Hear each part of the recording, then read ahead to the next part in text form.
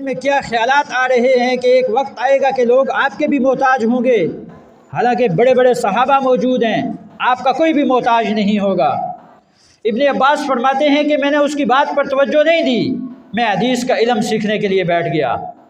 جو بھی صحابی ملتا کہ مجھے معلوم ہوتا کہ اس نے محمد عربی صلی اللہ تعالیٰ علیہ وسلم کی زبان مبارک سے کوئی حدیث سنی ہے تو میں ان کے پاس پہنچ جاتا۔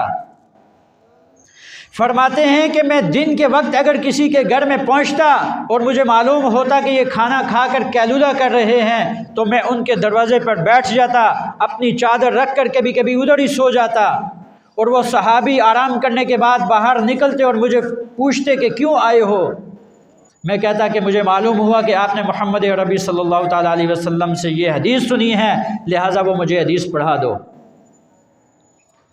ابن عباس رضی اللہ تعالیٰ عنہ خود ارشاد فرماتے ہیں کہ وہی میرا انصاری بھائی، اس نے اپنی آنکھوں سے دیکھا کہ جب کبار صحابہ دنیا سے چلے گئے تو لوگ میرے پاس علم حاصل کرنے کے لیے آ رہے تھے،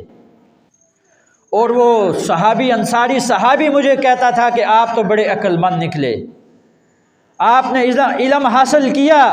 وہ جو میں نے آپ کو کہا تھا کہ لوگ آپ کے محتاج نہیں ہوں گے، آپ سے علم حاصل کرنے کے لیے کوئی نہیں آئے گا، لیکن آج میں اپنی آنکھوں سے دیکھ رہا ہوں کہ لوگ آپ کے محتاج ہیں اور آپ سے علم حاصل کرنے کے لیے آ رہے ہیں۔ حضرت کثیر ابن قیس فرماتے ہیں کہ میں دمشق کی مسجد میں پہنچا، وہاں پر دیکھا کہ صحابی رسول حضرت ابو درداء رضی اللہ تعالیٰ عنہ تشریف فرما ہیں۔ ایک بندہ آیا آپ کی مجلس میں، ہم سارے وہاں پر بیٹھے ہیں۔ اس بندے نے کہا کہ مدینہ طیبہ کا سفر کر کے آیا ہوں، یہاں دمشق میں پہنچا ہوں،